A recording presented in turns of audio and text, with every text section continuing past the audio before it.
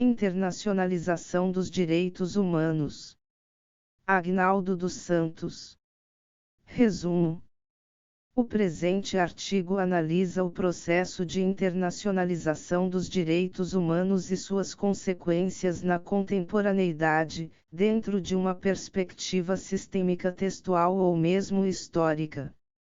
Nesse sentido, apresenta, como justificativa, o fato de que durante o período da Segunda Guerra Mundial houve uma grande ruptura no sistema internacional de proteção dos direitos humanos, sendo tal fato observado principalmente pelo massacre ao povo judeu e o Holocausto praticado pelo regime nazista de Hitler, evidenciando que após tal conflito, houve grande preocupação dos atores internacionais em relação à proteção da pessoa humana. Introdução.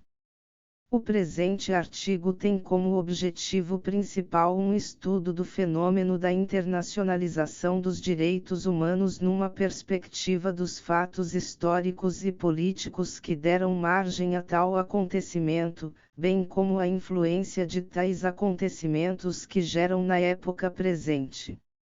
Após um período de mais de 75 anos do término da Segunda Grande Guerra Mundial, que representou um marco muito importante na mudança de pensamento do mundo sobre o sistema de proteção dos direitos humanos, percebe-se mudanças muito importantes no modo pelo qual o indivíduo era protegido, sendo que antes do Segundo Grande Conflito Mundial a responsabilidade de proteção da pessoa ficava a cargo do Estado ao qual estava vinculado o cidadão, bem como existia um sistema de que a soberania nacional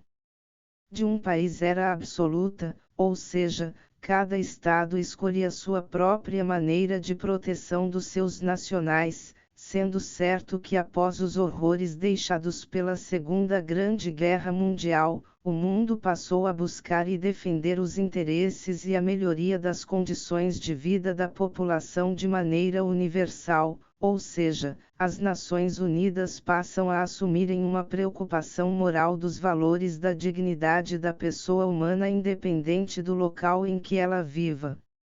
Antes que o processo de internacionalização dos direitos humanos ocorresse, houve três fatores que o antecederam: os direitos humanitários, que originou da experiência vivida por Henri Dunant na Guerra do Solferino, em 1859 na Itália, a Liga das Nações, formada entre França, Inglaterra e Estados Unidos, em 1919, no Tratado de Versalhes em Paris, com o objetivo de cooperação, paz e segurança internacional e finalmente a Organização Internacional do Trabalho, OIT, que tinha como objetivo a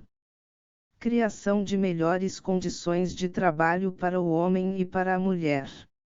Durante esse processo de mudança na órbita moral protetiva do homem, houve dois questionamentos muito importantes para a concretização dos objetivos de cooperação, busca da paz e a segurança internacional, que são o questionamento sobre a soberania dos Estados e sobre a que cabia a proteção do indivíduo, ao país que o cidadão pertencia ou a um órgão multilateral com tal incumbência.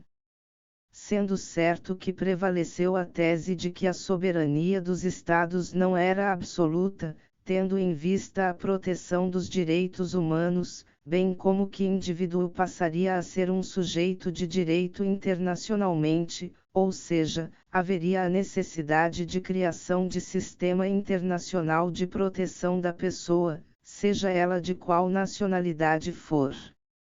Após os acontecimentos que antecederam todo o processo da dignidade humana, a eclosão do conflito de 1939 representou uma ruptura do processo que estava em curso na seara da proteção dos direitos humanos.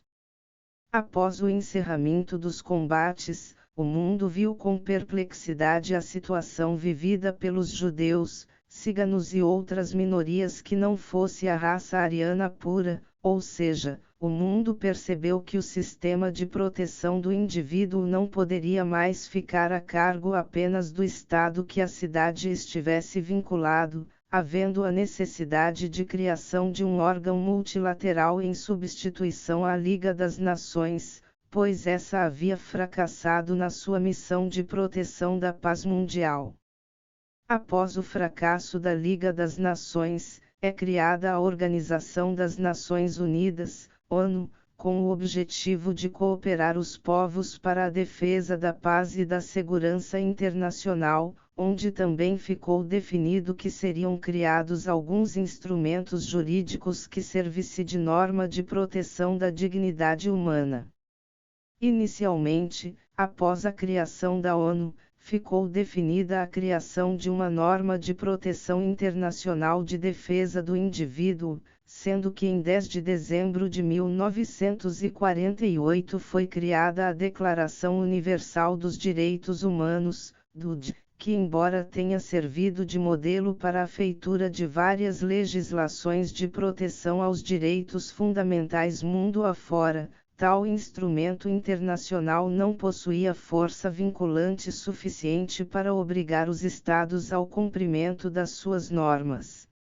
Finalmente, após um longo período de debates entre os países capitalistas da Europa Ocidental, que eram liderados pelos Estados Unidos da América, e os países comunistas, liderados pela antiga União Soviética, período da Guerra Fria, em 1966 foram criados dois pactos internacionais de proteção dos direitos humanos, que são o Pacto Internacional dos Direitos Civis e Políticos e o Pacto Internacional de Direitos Econômicos, Sociais e Culturais que, ao contrário da Declaração de 1948, possuíam forma coercitiva para todos os Estados signatários de tais instrumentos de proteção internacional dos direitos humanos. Com a celebração de tais instrumentos, que foram seguidos por um sistema regional de proteção dos direitos humanos, na América, com a Declaração Americana dos Direitos Humanos de 1969, a Declaração Europeia de Proteção dos Direitos Humanos e a Declaração Africana de Proteção dos Direitos, estava completo um sistema global e regional de proteção dos direitos humanos. O trabalho se organiza em 4 partes, sendo elas, na primeira o conceito de direitos humanos, na segunda, os precedentes do processo de internacionalização dos direitos humanos, na terceira, o sistema global de proteção dos direitos humanos, e, finalmente, na quarta parte, o sistema regional de proteção dos direitos humanos, ocasião em que serão abordados desde os precedentes até todos os instrumentos jurídico-políticos de proteção dos direitos humanos, sendo o global ou regional. Um conceito de direitos humanos. Sobre o conceito de direitos humanos, inicialmente, cabe esclarecer que este artigo considerou que a origem dos direitos humanos é o jus naturalista, não obstante entendimento divergente no sentido de que os direitos humanos possuem origem contratualista. Na esteira do entendimento firmado no sentido de que os direitos humanos possuem origem histórica no jusnaturalismo, os direitos humanos são aquele tipo de normas jurídicas que visam a proteção do ser humano enquanto ser natural, ou seja, são os direitos inerentes à própria pessoa, enquanto seres possuidores da igualdade material, bem como detentores de dignidade humana que devemos, a todo o custo, preservá-la. O ministro Alexandre de Moraes possui uma definição de direitos humanos no seguinte sentido: o conjunto institucionalizado de direitos e garantias do ser humano que tem por finalidade básica o respeito à sua dignidade, por meio de sua proteção contra o arbítrio do poder estatal, e o estabelecimento de condições mínimas de vida e desenvolvimento da personalidade humana pode ser definido como direitos humanos fundamentais. Assim, percebe-se que o ser humano é um ser indivisível, sendo, como ficou cunhado na literatura, um fim em si mesmo, dotado de uma particularidade única e sendo possuidor de uma dignidade humana a qual os direitos humanos possuem como objetivo sua preservação. 2 Precedentes da internacionalização dos direitos humanos.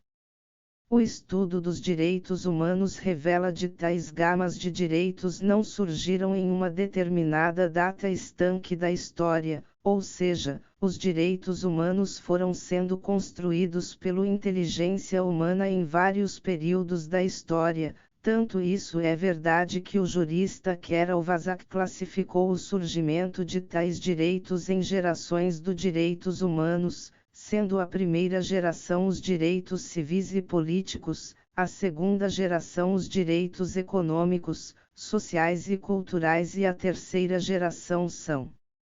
os direitos difusos e coletivos, ou seja, são os direitos supraindividuais de fraternidade, isso não obstante o entendimento da existência de outras gerações de direitos que fogem ao objetivo deste artigo. Mas, analisando propriamente a questão dos precedentes históricos do processo de internacionalização dos direitos humanos, podemos apontar a existência de 3 microsistemas de proteção dos direitos humanos que são o direito humanitário, a Liga das Nações e OIT, sendo que ambos serão estudados sem seguida. 2.1 Direito humanitário ou direito internacional da guerra. Costuma-se afirmar que a origem remota do direito humanitário ocorreu por influência de Henri Dunant, sendo um homem de negócios em Genebra, na Suíça, que enfrentando dificuldades na empresa partiu para a Itália em busca de solucionar seus problemas junto ao imperador Napoleão, ocasião em que se viu em frente aos combates da Guerra do Solferino, que foi um combate em que a Itália, com a ajuda da França, tentava expulsar do seu território as tropas australianas, sendo tal batalha denominada Guerra de Solferino de 1859. Ao presenciar a situação dos soldados feridos e dos civis atingidos pelos conflitos, decidiu imediatamente montar uma equipe de voluntários para prestar os primeiros socorros aos feridos e mutilados em combate. Sobre a experiência de Henri Dunant, ensina os professores Bruna Pinotti Garcia e Rafael Dallazari.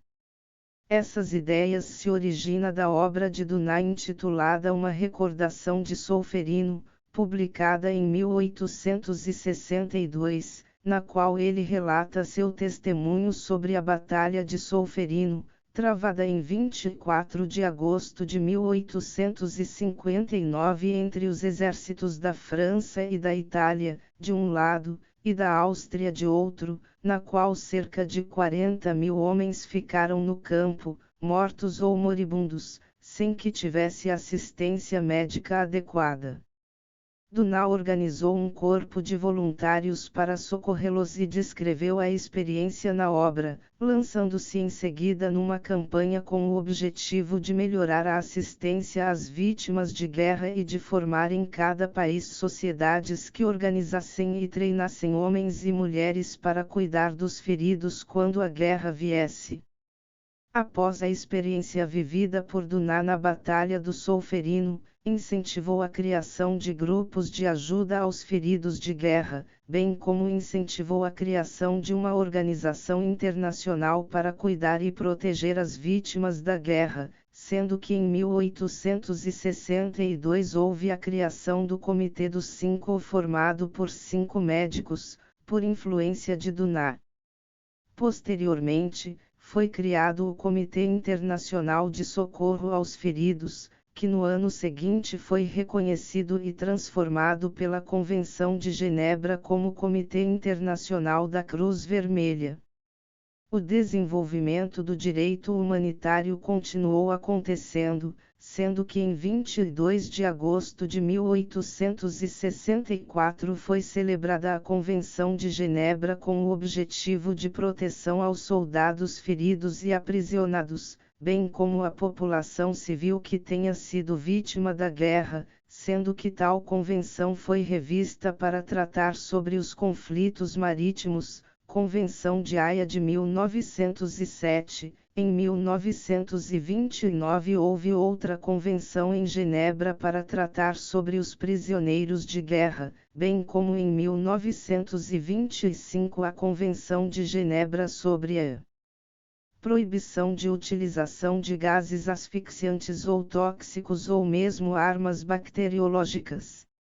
Houve, ainda, uma convenção em Genebra em 1949, cujo objetivo era de revisar as convenções anteriores sobre soldados feridos e prisioneiros de guerra. Dessa vez os trabalhos estavam sob os cuidados da Comissão Internacional da Cruz Vermelha. Dessa forma, foi a partir do surgimento do direito humanitário para a proteção das vítimas e feridos da Guerra do Solferino que o desenvolvimento que se tem início o surgimento do Sistema Internacional de Proteção dos Direitos Humanos. 2.2 Liga das Nações. Após a Primeira Grande Guerra Mundial, que ocorreu entre 1914 a 1918, houve o combate de proporção mundial entre as potenciais mundiais, formadas por dois blocos, de um lado a Tríplice Entente, composta pela França, Inglaterra e Rússia, do outro lado a Tríplice Aliança, formada pela Alemanha, Itália e Áustria-Húngaro. Após os combates, em 1919, foram assinados vários tratados, sendo o mais importante o Tratado de Versalhes, que foi assinado em Paris entre os presidentes dos Estados Unidos, da França, da Inglaterra e da Itália, que tinha como principal objetivo a cooperação, a paz e a segurança nacional. Os professores Bruna Pinotti Garcia e Rafael Dalazari ensinam que, com efeito, em 1914 eclodiu a Primeira Guerra Mundial, apesar das inúmeras tentativas de diplomacia após. Em 1882, foi formado a Tríplice Aliança, entre Alemanha, Itália e Áustria-Hungria, visando impedir que a França buscasse vingança após a derrota na Guerra Franco-Prussiana. Contudo, os países europeus começaram a desconfiar das boas intenções dos seus vizinhos e, em 1907, se formou a Tríplice Entente, composta por França, Grã-Bretanha e Rússia. Dentro das próprias alianças não eram poucos os conflitos internos e, aliados a esta instabilidade diplomática, o nacionalismo e o militarismo contribuíram para que começasse a Primeira Guerra Mundial. Ocorre, entretanto, que esse órgão supranacional cometeu alguns equívocos. Não houve a participação plena dos Estados Unidos, houve um isolamento da Rússia, bem como a imposição de várias sanções à Alemanha, como diminuição do seu exército para apenas 100 soldados, proibição em fabricar tanques, armas de destruição em massa, principalmente a obrigação pelo pagamento de uma indenização bilionária aos países prejudicados pela guerra. Essas sanções impostas à Alemanha pela Liga das Nações, ocasionou o surgimento do nacionalismo e, posteriormente, motivou o surgimento do Partido Nazista Alemão. O fracasso da Liga das Nações ficou evidente, tanto que uma das principais causas da eclosão da Segunda Guerra Mundial foi justamente as consequências do Tratado de Versalhes, que foi o criador da Liga das Nações. Por isso que tal entidade foi dissolvida em 1946 após a criação da ONU, com seus bens sido transferidos para tal entidade internacional. 2.3 Organização Internacional do Trabalho (OIT).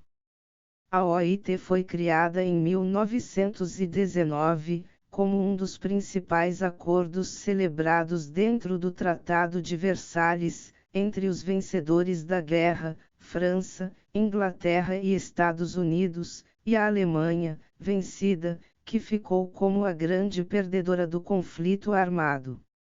Ao final da Primeira Guerra Mundial, o mundo passa por um novo período de reorganização da Europa, que tinha como foco principal a garantia da paz mundial, cujo órgão responsável por tal missão foi a Liga das Nações, também criada nas Tratativas de Versalhes, que ao modo da OIT possuía como uma das suas características a universalidade e supranacional.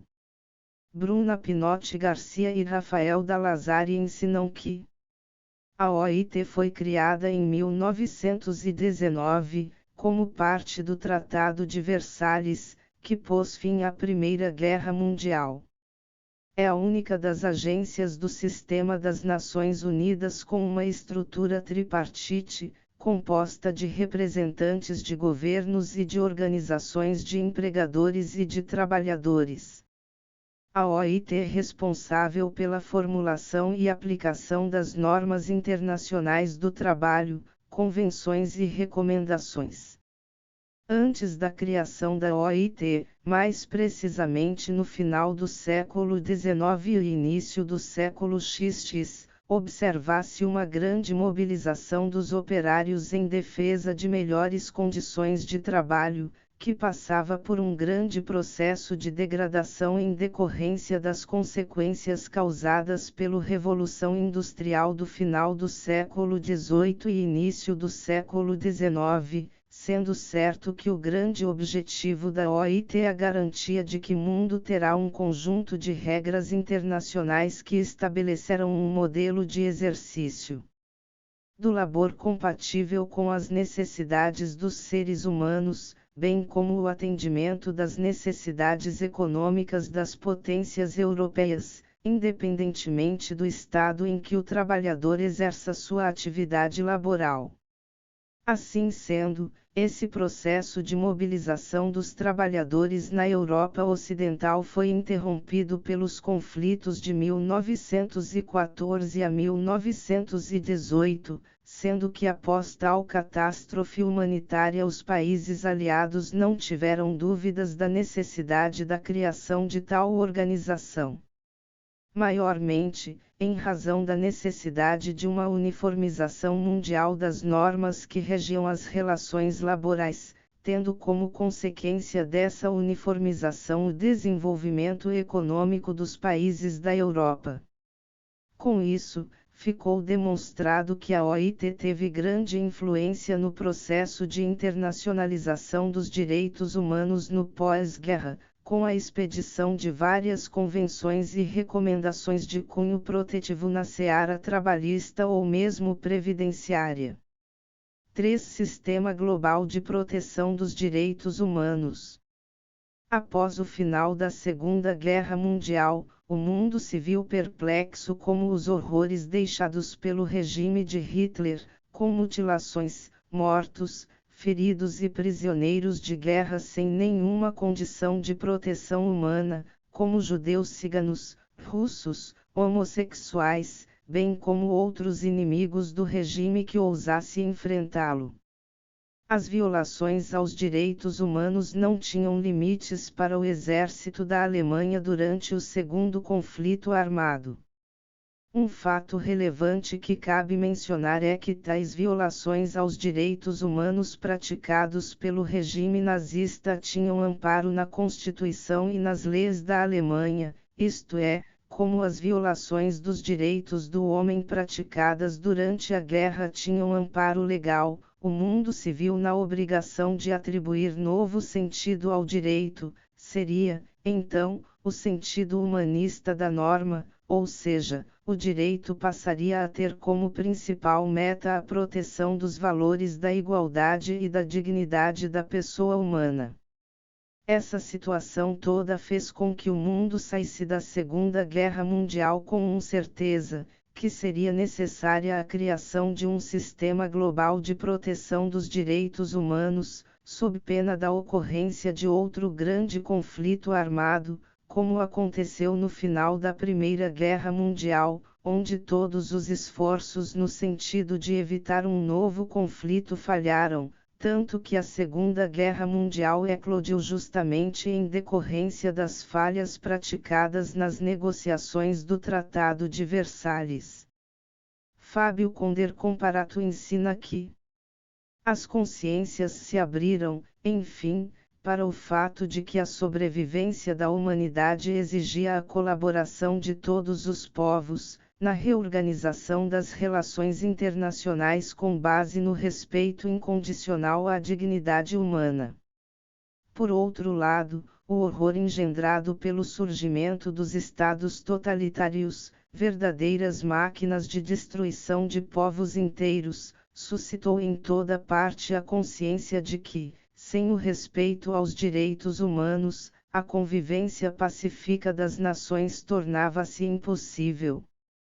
Esse novo sistema internacional de proteção dos direitos humanos tinha como fundamento a preservação da dignidade da pessoa humana, que já havia sido muito bem projetado na arena nacional com a Declaração de Independência dos Estados Unidos de 1776 e da Revolução Francesa de 1789, sendo esta última como uma característica similar à Declaração de 1948, que foi seu caráter universal. Assim sendo, o Sistema Global de Proteção dos Direitos Humanos e composto pela Declaração Universal de Direitos Humanos, Pacto Internacional dos Direitos Civis e Políticos e o Pacto Internacional dos Direitos Econômicos, Sociais e Culturais, ambos de 1966, que serão melhor estudados em seguida. 3.1 Declaração Universal dos Direitos Humanos.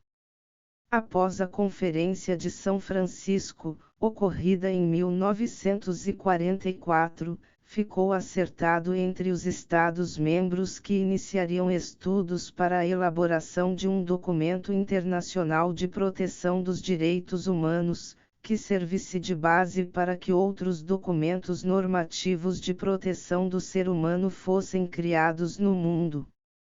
Assim, em 10 de dezembro de 1948, foi criada a DUD, como forma de orientar a atuação dos Estados no trato com os seres humanos, isso em resposta às graves violações dos direitos humanos causadas pelo regime totalitário de Hitler, durante a Segunda Guerra Mundial. Essas violações somente veio à tona após o controle dos campos de concentrações realizados pelos países vencedores. A Declaração de 1948 inaugura o estabelecimento de documentos internacionais de proteção dos direitos humanos, sendo certo que tal documento passou a influenciar tanto a criação de outros documentos internacionais como novas constituições e leis de proteção da dignidade da pessoa humana. A Declaração Internacional de Direitos Humanos de 1948 tem como princípios básicos a Carta da ONU de 1945, bem como os fundamentos histórico-filosóficos dos direitos naturais e dos direitos humanos. Flávia Piovesa ensina que a Declaração Universal não é um tratado. Foi adotada pela Assembleia Geral das Nações Unidas sob a forma de resolução, que, por sua vez, não apresenta força de lei. O propósito da declaração, como proclama seu preâmbulo, é promover o reconhecimento universal dos direitos humanos e das liberdades fundamentais a que faz menção a Carta da ONU, particularmente nos arts. 1, 3 e 55. Apesar do poder de influência que a Declaração de 1948 passou a representar na elaboração de outros documentos de proteção internacional, inclusive de muitas constituições que se seguiram, Tal documento não foi aprovado como um tratado, pacto ou convenção, mas sim de uma declaração de proteção de direitos do homem, razão pela qual a maioria entende que tal documento não possui força coercitiva contra os Estados. Ainda, sobre a Declaração Universal de Direitos Humanos, ensina Fábio Conder Comparato. A Declaração Universal dos Direitos Humanos, como se percebe da leitura de seu preâmbulo, foi redigida sob o impacto das atrocidades cometidas durante a Segunda Guerra Mundial, e cuja revelação só começou a ser feita e de forma muito parcial, ou seja, com omissão de tudo o que se referia à União Soviética e de vários abusos cometidos pelas potências ocidentais após o encerramento das hostilidades. Ainda sobre a força vinculante, ou não, da Declaração de Direitos de 1948, Fábio Conder comparou, no sentido de que tal documento possui forma vinculante, seja na qualidade de costume internacional, seja na qualidade de princípios de direito internacional de proteção dos direitos humanos, vejamos. Reconhece-se hoje, em toda parte, que a vigência dos direitos humanos independe de sua declaração em constituições, leis e tratados internacionais, exatamente porque se está diante de exigências de respeito à dignidade humana, exercidas contra todos os poderes estabelecidos, oficiais ou não. A Declaração Universal de Direitos Humanos encerrou um ciclo de normas jurídicas positivas, em que sua interpretação ficava vinculada ao texto escrito. Com a Declaração de 1948, as normas jurídicas passam a possuir um fundamento ético-moral, ou seja, a norma passa a ser interpretada tendo como fundamento básico o respeito aos direitos humanos, isso em relação ao cidadão em qualquer local em que esteja residindo, bem como sua indivisibilidade como ser humano, independente de cor, raça, origem social, etc., ou seja, as normas de proteção aos direitos humanos passam a possuir as características da universalidade e da indivisibilidade. Finalmente, podemos afirmar que a Declaração de 1948 representa o ponto mais alto e importante do Sistema Nacional de Proteção dos Direitos Humanos, tanto que suas normas e princípios foram confirmados em vários documentos internacionais de proteção dos direitos humanos, bem como em várias constituições que iam surgindo mundo afora. 3.2 Pacto Internacional dos Direitos Civis e Políticos. A Assembleia Geral da ONU aprovou o Pacto Internacional dos Direitos Civis e Políticos, em 1966, apesar de somente ter entrado em vigor há 10 anos.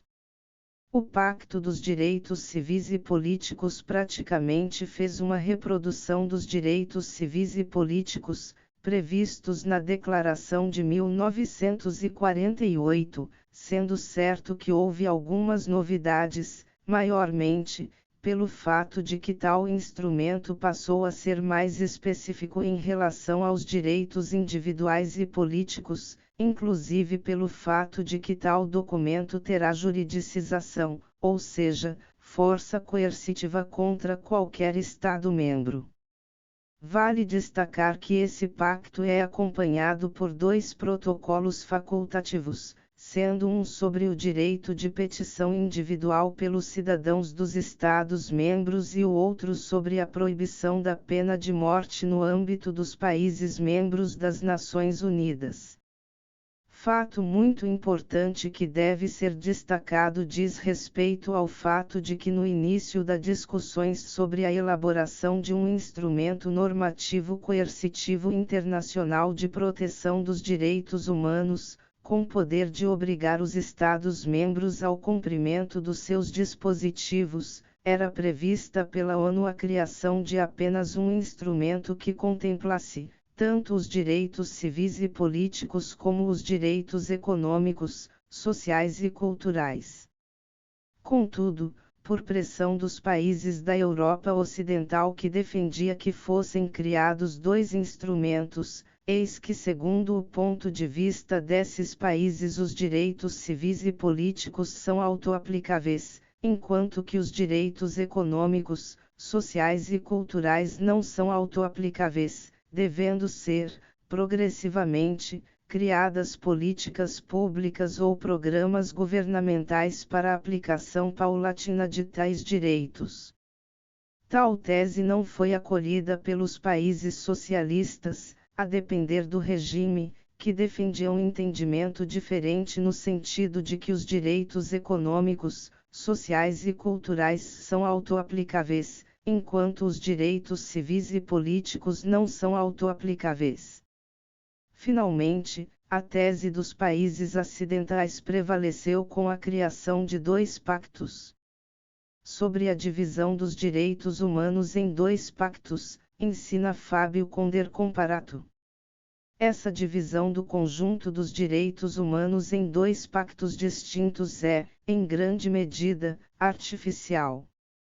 Temos, assim, que o direito à autodeterminação dos povos é reconhecido, de forma idêntica, no art. 1º de ambos os pactos, o mesmo sucedendo com o direito de sindicalização, art. 22 do Pacto sobre Direitos Civis e Políticos e art. 8º do Pacto sobre Direitos Econômicos, Sociais e Culturais.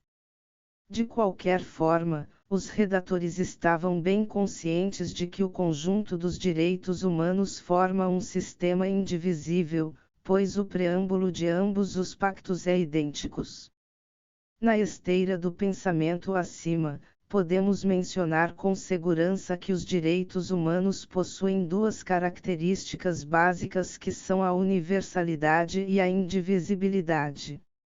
De fato, não há como prevalecer um entendimento filosófico-jurídico no sentido de que essa divisão dos direitos humanos em dois pactos, um com os direitos civis e políticos, e o outro, com os direitos econômicos, sociais e culturais, em virtude de que os direitos humanos possuem, como suas principais características, a universalidade e a unicidade. Pela primeira característica, universalidade, significa dizer que os direitos humanos têm como titular o indivíduo, seja ele pertencente a qualquer país do globo, isto é, os direitos humanos são inerentes à vida humana.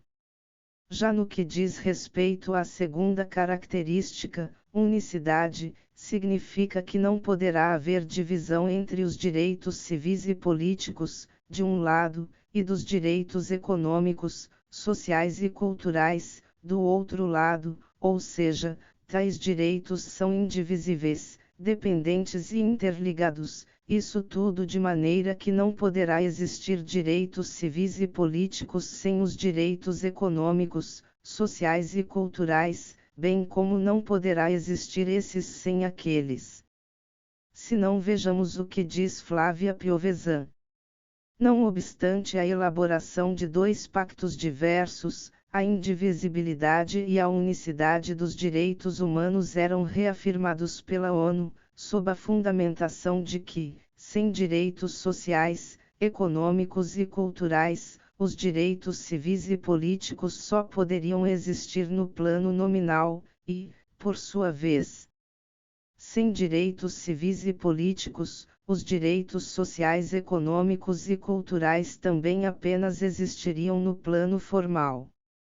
Com a elaboração desse documento de proteção dos direitos humanos, os direitos civis e políticos passaram a possuir judiciabilidade, ou seja, passa a existir um documento com força normativa para obrigar os Estados-membros ao seu cumprimento. 3.3 Pacto Internacional dos Direitos Econômicos, Sociais e Políticos.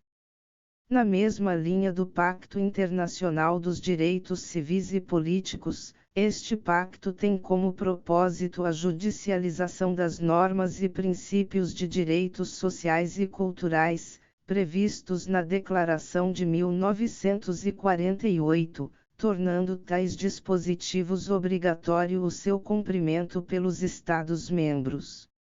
O catálogo dos direitos previsto no presente pacto são basicamente os direitos do trabalho, associação do sindicato, moradia, educação, previdência social e etc.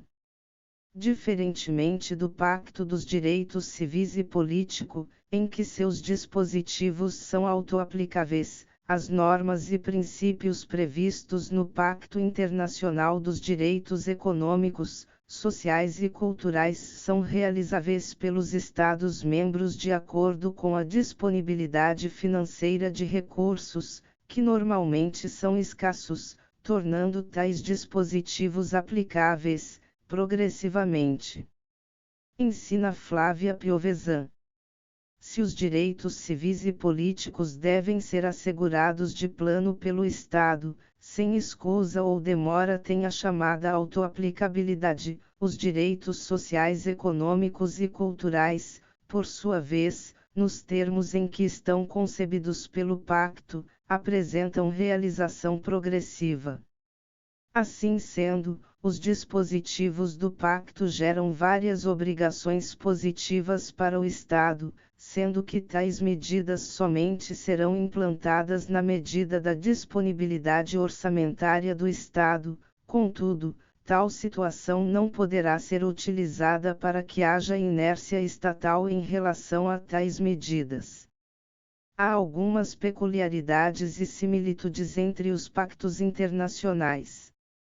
O Pacto Internacional dos Direitos Econômicos, Sociais e Culturais não seguiu a vocação do Pacto dos Direitos Civis e Políticos, com a instituição de um Comitê de Direitos Humanos, e somente veio a ser implementado 10 anos depois, bem como não possui sistema de comunicação entre os Estados.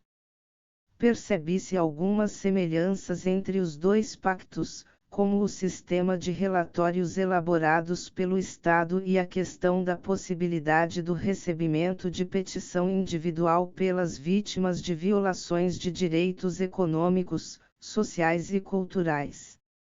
Na verdade, a implementação das normas previstas no Pacto Internacional dos Direitos Econômicos, Sociais e Culturais demanda uma atitude positiva do Estado, ou seja, o orçamento público deve adotar políticas públicas ou metas de trabalho de implementação de serviços de saúde, moradia, previdência social, sendo tais medidas necessárias para a proteção da dignidade da pessoa humana que tem direito a um nível de vida mínimo razoável, sob pena de ocasionar grave retrocesso social. Existe discussão sobre a possibilidade ou não de controle jurisdicional sobre a ausência de implementação dos direitos econômicos, sociais e culturais, em virtude de que tais direitos demandam aplicação de valores muito altos, não havendo disponibilidade orçamentária. Como os direitos de segunda geração/dimensão possuem previsão nacional como os direitos fundamentais, artigo 6º, CF, previstos em dispositivos de proteção internacional de direitos humanos, tanto na Declaração de 1848, em seus artigos XXI e XXV, quanto no artigo 9º do presente pacto, não há dúvida de que os direitos econômicos, sociais e culturais são passivos de controle jurisdicional, devendo os julgadores terem em mente que tais categorias de direitos têm como objetivo proporcionar uma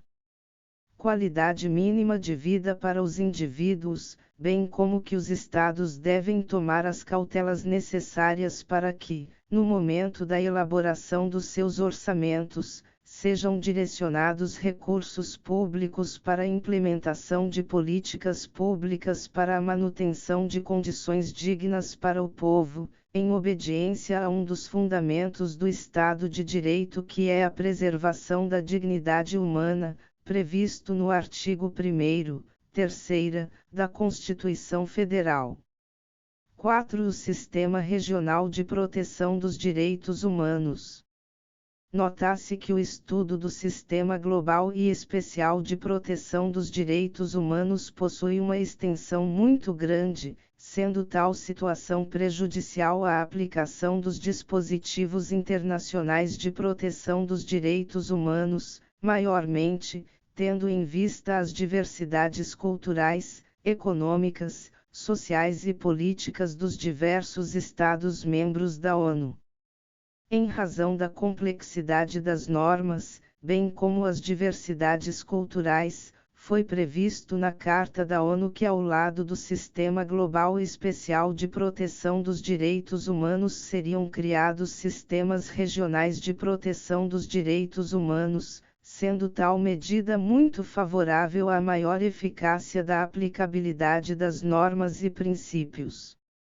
Não obstante tenha a Carta da ONU feito previsão expressa da criação dos sistemas regionais de proteção dos direitos humanos, que terão que conviver com o Sistema Global e Especial de Proteção, não há que se falar em exclusão ou mesmo inaplicabilidade de qualquer um dos sistemas, tendo em vista que os sistemas de proteção se complementam, tornando sua eficácia ainda maior em relação às pessoas que são atingidas por violação aos direitos humanos.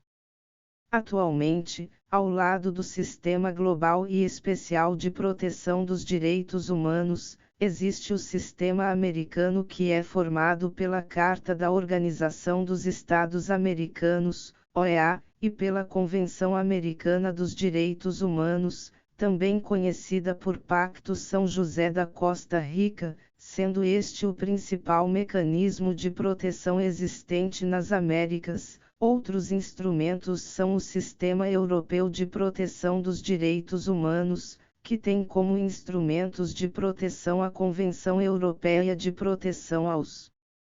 Direitos Humanos, adotada em 1950, bem como o Conselho da Europa e, finalmente, o Sistema Africano de Proteção, que tem como mecanismo a Carta Africana dos Direitos Humanos e dos Povos de 1981, sendo este sistema regional considerado em construção. Vale destacar que o sistema árabe e asiático encontram em construção, motivo pela qual não será objeto de estudo por este artigo. 4.1 Convenção Americana de Direitos Humanos Pacto de São José da Costa Rica. A Convenção Americana de Direitos Humanos, também conhecida como Pacto São José da Costa Rica, é o mais importante documento regional de proteção dos direitos humanos da América, criado em 1969. O referido documento ao lado da Carta das Organizações dos Estados Americanos, OEA, formam o Sistema Regional de Proteção dos Direitos Humanos da América. No que diz respeito ao conteúdo dos direitos contidos em tal documento, o mesmo traz basicamente o elenco dos direitos civis e políticos previstos no Pacto Internacional dos Direitos Civis e Políticos 1966, sendo poucas as inovações. Flávia Piovesa ensina, substancialmente, ela reconhece e assegura um catálogo de direitos civis e políticos similar ao previsto pelo Pacto Internacional dos Direitos Civis e Políticos. Sendo que este documento apresenta vantagem em relação ao outro documento do Sistema Global, eis aquele tendo sua incidência em espaço geográfico muito menores, bem como a diversidade cultural da região que tem melhores condições de eficácia, acompanhamento de suas regras e princípios. Vale informar que a Convenção Americana em seu artigo XXVI, aduz que os Estados-membros devem adotar medidas, inclusive legislativas, para, progressivamente, serem implementados os direitos econômicos, sociais e culturais, isto é, o citado documento não traz como conteúdo nenhum dos direitos sociais. Destaque-se que a Convenção adotou o sistema de controle e aplicação de sanções aos Estados-membros por violações aos direitos humanos previstos na Convenção, sendo certo que tais penalidades são aplicadas à Comissão Interamericana de Direitos Humanos e à Corte Interamericana de Direitos Humanos. A Comissão Interamericana de Direitos Humanos tem como competência para receber e processar reclamações por violações de direitos humanos dos Estados-membros da Convenção Americana. Tal documento de proteção é composto por 7 membros escolhidos, dentre membro do Estado que possui idoneidade moral e saber jurídico em direitos humanos. Dentre as competências da comissão é para o recebimento de reclamações de Estado ou de indivíduos, vítimas de ataques aos direitos humanos, elaborar relatórios sobre a implantação pelos Estados-membros de medida de proteção dos direitos humanos, bem como a solicitação de informações sobre a implementação de medidas de proteção dos direitos humanos. Com a possibilidade do recebimento de petições individuais de vítima de violação de direitos humanos, faz o recebimento de admissibilidade, posteriormente, informa ao Estado sobre a existência de reclamação, que não tendo solução poderá encaminhar o caso à Corte Interamericana de Direitos Humanos para apreciação.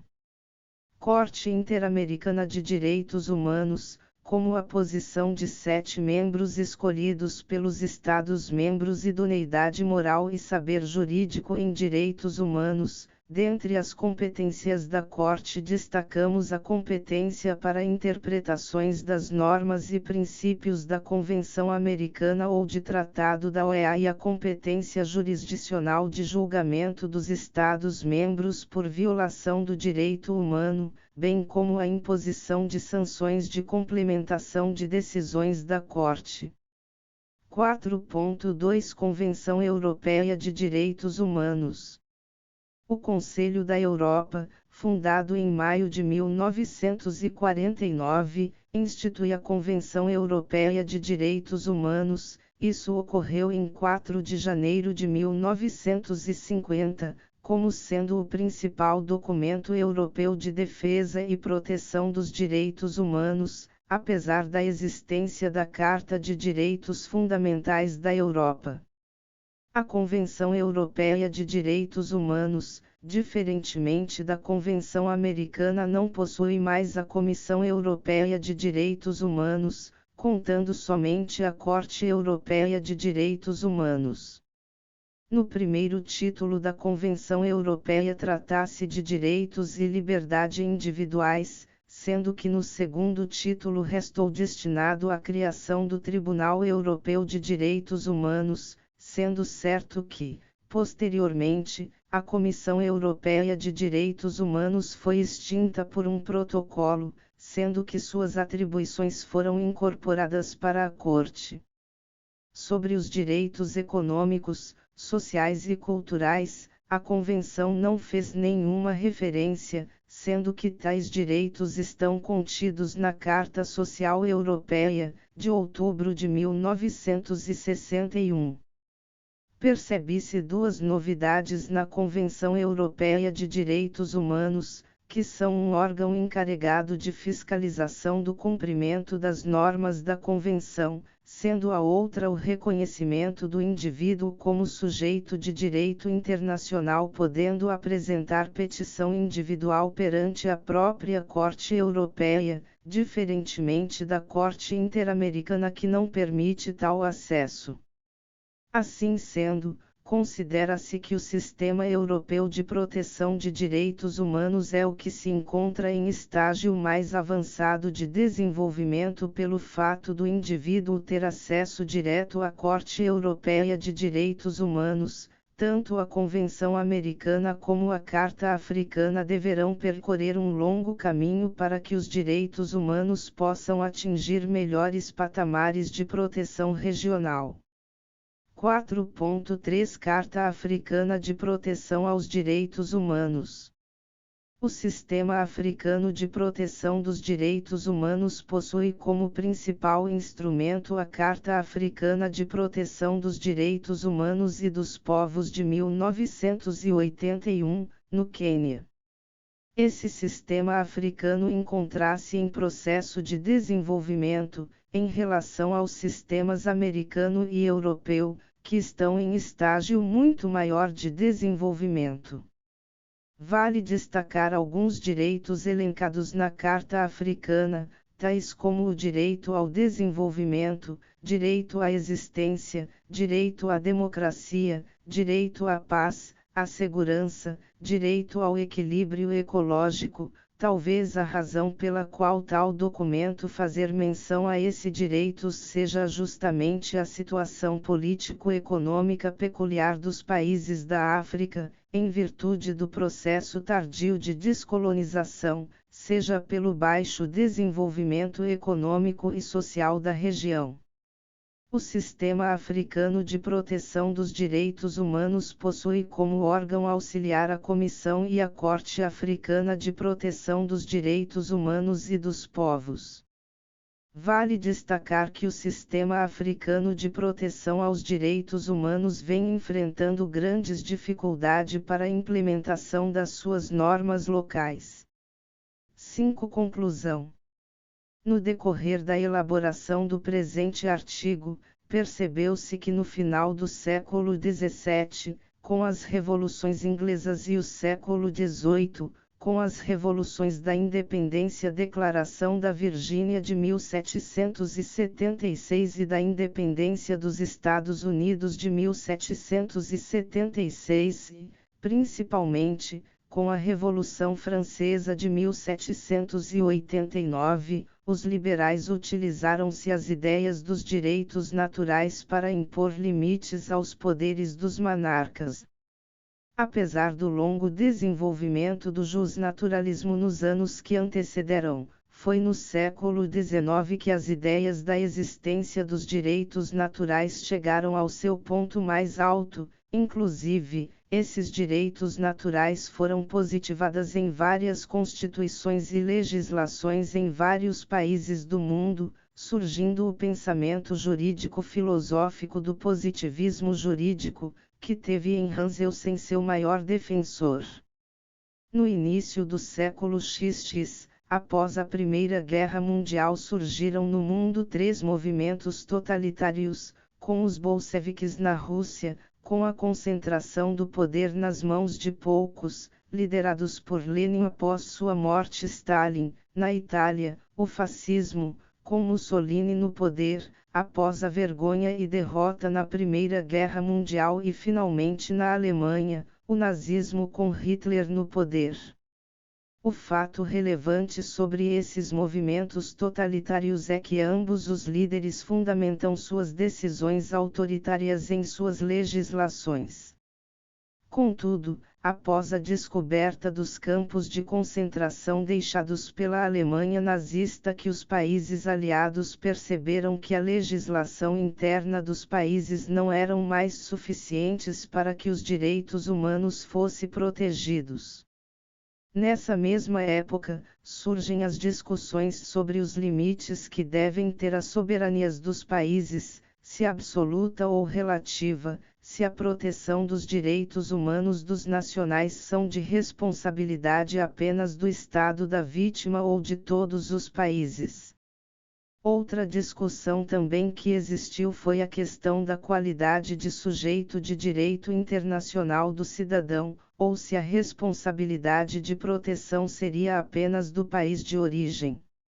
O fato é que todos esses acontecimentos ocorridos durante o conflito de 1939 a 1945, criou a discussão jurídico-filosófica sobre a aplicabilidade da lei, sendo Jacques Maritain um dos principais filósofos desse novo movimento, em que foi anexado à lei um conteúdo ético-moral, ou seja, a lei passaria a ser vista como instrumento de proteção da dignidade da pessoa humana, um claro retorno às ideias contidas no movimento justnaturalista dos séculos passados.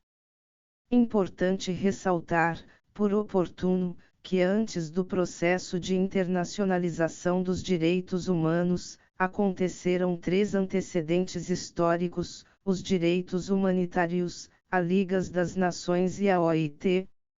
sendo estes fatores muito importantes para que o processo tivesse os resultados que tiveram, ou seja, os precedentes históricos desse processo de internacionalização dos direitos humanos no plano histórico foi o término da Segunda Guerra Mundial, no plano institucional a criação da ONU, Carta de São Francisco, e no plano jurídico a do de 1948. Diante de tal situação, os países vencedores decidiram que seria criado, em substituição à antiga Liga das Nações, a ONU, bem como seriam elaborados documentos internacionais de proteção dos direitos humanos que tivessem aplicabilidade universal, de maneira que fosse garantida a paz e a segurança internacional, bem como o estímulo ao surgimento de novos modelos de relacionamentos entre os povos. Após a criação da ONU em 1945, houve as tratativas para a elaboração do Documento Internacional de Proteção dos Direitos Humanos no Mundo, quando foi criada a Declaração Universal de Direitos Humanos, em 10 de dezembro de 1948, sendo tal documento uma espécie de farol para guiar os países do mundo na elaboração de outros documentos de proteção internacional e regional de direitos humanos. Em decorrência da Declaração de 1948, inclusive a ausência de juridicização de tal documento, foram criados os Pactos Internacionais em 1966, que são os Pacto Internacional dos Direitos Civis e Políticos e o Pacto Internacional dos Direitos Econômicos, Sociais e Culturais, ambos em 1966, sendo certo que esses 3 documentos, juntamente com outras convenções internacionais de proteção de direitos humanos, formam o Sistema Global de Proteção dos Direitos Humanos. Contudo, não obstante a criação dos documentos que compõem o Sistema Global e Especial de Proteção dos Direitos Humanos, ficou acertado pelos membros da ONU, que ao lado do Sistema Global de Proteção dos Direitos Humanos seriam criados o Sistema Regional de Proteção dos Direitos Humanos, o Sistema Americano, Europeu e Africano de Proteção dos Direitos Humanos.